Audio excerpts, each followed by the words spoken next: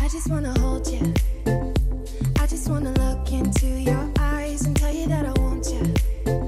You know you make me feel so alive. Can't stop thinking about you day and night. Love it when you kiss me, love it when we touch. Every time I'm down here, you make me smile. You're the solution.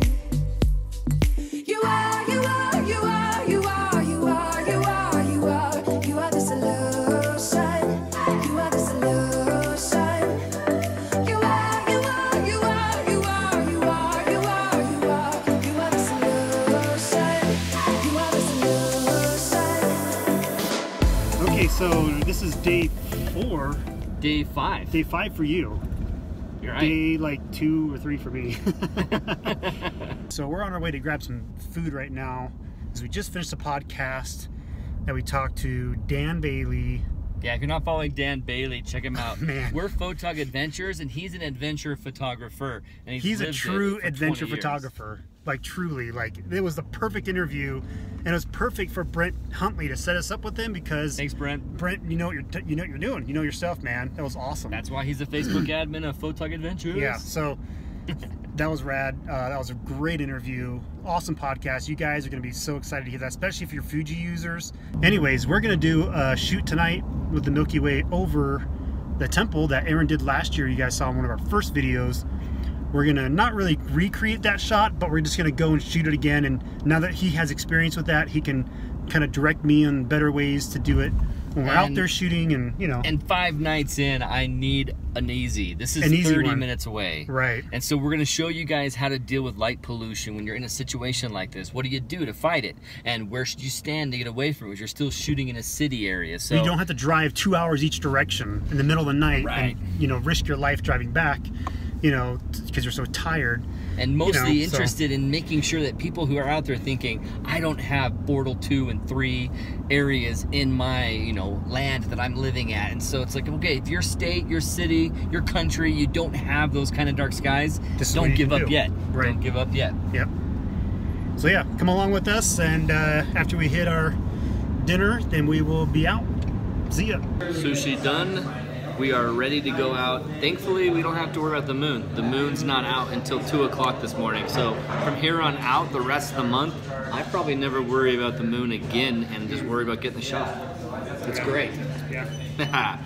Day I'm 5. only get the soy sauce out of my mustache now. Okay, we're in the car. We're driving to location. Aaron's been there before. Last year, he took a great shot of it. We're not, like I said earlier, we're not really trying to reproduce that, but we're just going to see what we can do with it tonight. So, what kind of things can we expect when we're out there on that spot? At that spot, this area is a building that is lit at night, and it's a church. It's a temple, and this temple is all white, so it gets really blown out fast, and so you have to expose. and it has lights on it too, right? Yeah. So we just got to get to the location and hope that the houses that were not there when I was there last haven't been built, because if they are, then they're blocking our clear view of this temple, and so it might not work at all. And we might end up having to drive around and choose a different spot to shoot from, and then you got to hope that the little haze that we're having in the sky, light pollution's bad enough, but when the haze is there to really be painted with the light pollution, it could spread all of it up even higher than I had it last time. Okay. So we're gonna go and see what we can do. Make the most of it. I keep doing this. Yes. That's right. Yeah, you can see that light It's gonna shining be like- right up. Oh yeah. But it's pretty clear on this side. Look over here, it's hazy. This is actually kind of clear. So Well, you can see Jupiter right there, the row of That's Fugees. nice. Where's Saturn? Are we still being as blocked? long as the clouds are going this way, we're golden. So we're out here by the temple. Good news, this area is still undeveloped, and so we're going to be in good luck there. Of which I wasn't even aware of. I didn't know they were even going to build houses, but of course they're going to build houses. You know, Oh, right next to the temple. It's Yeah. a big cell, especially here in Utah. Yeah. So we have now the light pollution going up, but we need to check and see where the Milky Way is. So we're going to take a shot with the camera, see where it's at, and decide if we want to shoot from here, because show over that way, or you probably can't see No, it. there's a house. There's a Oh, you can house. see it, Yeah, right there. In the spot where I shot from last time, but like Brendon said, we're not trying to recreate the shot, just kind of recreate the conditions of light pollution and try and capture a Milky Way. So yeah, let's go take the shot. Yeah, you're right. There's tons of pollution and freaking... There's a ton of light pollution coming from the building because they've got crisscrossing lights hitting the spire. And so those are shining way up into the haze, way above more than what I think you had last year. And there's clouds on top of that. So we are kind of skunked in this area for tonight. Definitely skunked. This is an interesting situation where we got to cut loose and go, because the light pollution's bad enough. It was a fun challenge to go through, but when you have low-lying clouds that are picking up that light, they are gonna not allow anything through. We're not gonna see any Milky Way, no matter where we turn our settings up. It's just, it could be nothing. So we need to get out of here, find a better situation while we still have a chance where the moon comes up in a couple hours. Look at that. Yeah, that's... I just wanna look into your eyes. You know you make me feel like I'm alive. All right, so we are totally skunked with the temple idea. I just did this again. I gotta stop doing that. Oh, this. Whoa, whoa, whoa. No. Hey, whoa, that's Italian. The temple idea is totally skunked. We just have way too much light pollution and low-lying clouds that are completely hazing up the whole sky. So, but we know that at 12:16 we have an hour and 45 minutes until the moon is up. Even if the moon comes up, we can capture a Milky Way tonight and show you what a waning gibbous moon, nearly last quarter moon, does to a Milky Way. So we could still capture the Milky Way tonight, but we just... Where? We have really close, within 30 minutes, a silo, trestle. Maybe it's 40 minutes from here. I'm figuring we cut off most of the drive by being down here at Payson. So I'm thinking it's only about 30 minutes away to the silo. So 30 minutes with the trestle. We got... Is there something else in the area that we kind of hit those two up quite a bit? Is there something else that's interesting? That's why we came to Payson tonight, is because if we think area, that's it. Yeah. We could drive to Strawberry Reservoir and have just about 15-20 minutes by the time we get there, and that would be our first ever place for the Milky Way. But it was so boring in the foreground. It was so boring. Yeah. We could drive up Payson Canyon. We could go through Spanish Fort Canyon and get to a point where we can look up at the Milky Way, but it's not going to be much. There is the Price Canyon. Price Canyon? Yeah, there's the Price Canyon recreational area. I don't know. Halfway up the canyon. What canyon? Which one? And it takes you to the top of that hill. So when we go from here, when we're going through Spanish Fork, we're going to Escalante, and we go through Price Canyon. There's that recreation. Remember we saw that sign for the recreational area? Oh, but that's still an hour away. That's still far away too. Probably. But check it out.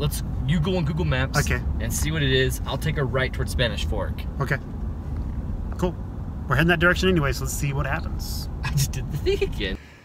We only have so much time, lots of clouds, and yet we still let the need for a drink and a little bit of food get the best of us. You are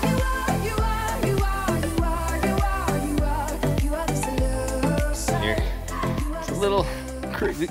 Ow, I have my tripod out fully. I shouldn't have my tripod out fully. So we went up this trail, puffing and puffing to get up, and it only turns around and goes back down the other. Right here at this rock, check this out. You see that rock up there? Other times of the year, it's really slick, and it's not a safe place to walk.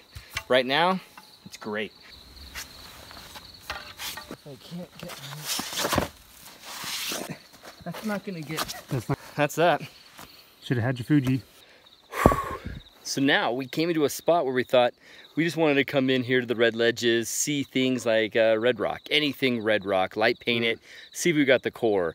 When we initially arrived, we had the problem of the Milky Way core being blocked by the hills right there behind us. Yeah, so on the other side of the road, right? There's these big hills and We could see that Saturn was blocked, the Rho Ophiuchi were blocked, we could see Jupiter and the other parts of the Milky Way as it extended out, but we were missing the, you know, bread and butter, the what's a good term for the best? The core. The core. We're missing the core. So if we came back into this canyon a little bit, this little tiny, would you call this a canyon? Yeah, I mean, we thought maybe we could find some place to get elevated, right? So yeah, somewhere. We're hoping to get elevated, so we found a little path going up the rocks, and so we kept going.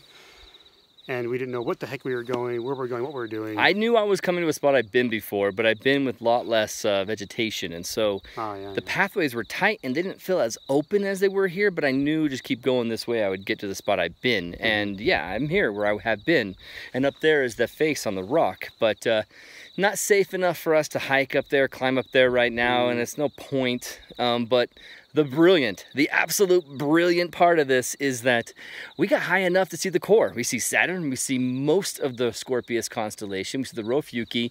And what did you say when you first got here about the core and the clouds?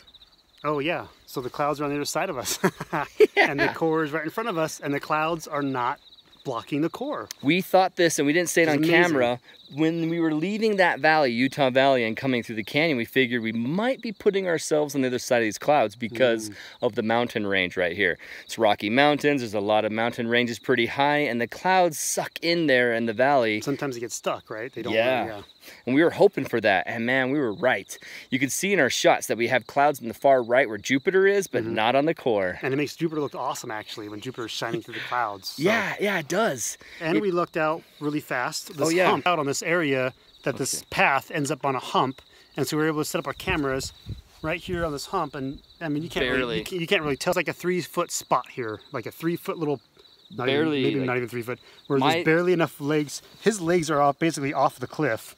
And then mine are next to his, and we're barely fitting on there. And it's perfect place because this rock next to us with a little tree coming out is perfect for the Milky Way to be framed up against. So it's got a crazy parallel line of the hill and then the Milky Way off of that hill. So the hill, a tree that also is like fresh prints cut so that it's got a flat top but at an angle that's parallel with the rock and parallel with the Milky Way as it extends off. And so it's like a little feng shui tree, like a little bonsai tree on the cliff, which is awesome. It is. It's turning out great. So I just finished the 100 image time lapse because we don't want to spend all night here. We're tired and we want to go home and sleep. So I did 100 images that I can stretch out and make look smooth and nice for you guys. I'm pretty excited about it because you can see cloud movement and the Milky Way moving, and we've got this awesome little foreground here with the rocks. So yeah, I'm pretty excited. It's going to be, I'm already looking at the preview in the back and I'm getting excited about it. So we literally have the exact same shot because he's 15 millimeter, I'm 24 into the pano of the same spots. So he'll have a really nice detailed shot of this, and I'll have like kind of a cool single shot. Crappy, kind of ugly looking shot. It'll be muddy, crappy, yeah. So now we are good. I mean, this is day number 5. We worked hard to get to a spot where we could get away from the clouds, away from the light pollution after all, even though we thought it'd be fun to do a light pollution shot tonight. Yeah. But we got away from it, we did it. Day 5, success, Milky Way number 5.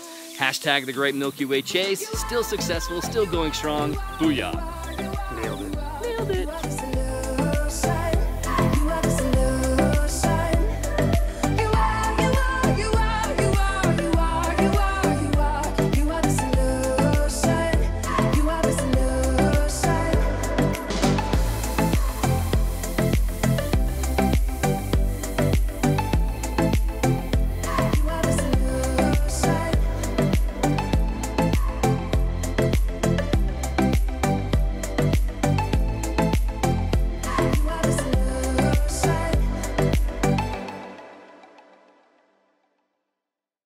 Night number 6, here we go, 6 in a row.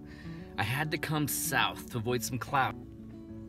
Tonight, I'm gonna be out off of Nephi and in this area right here for an option and get this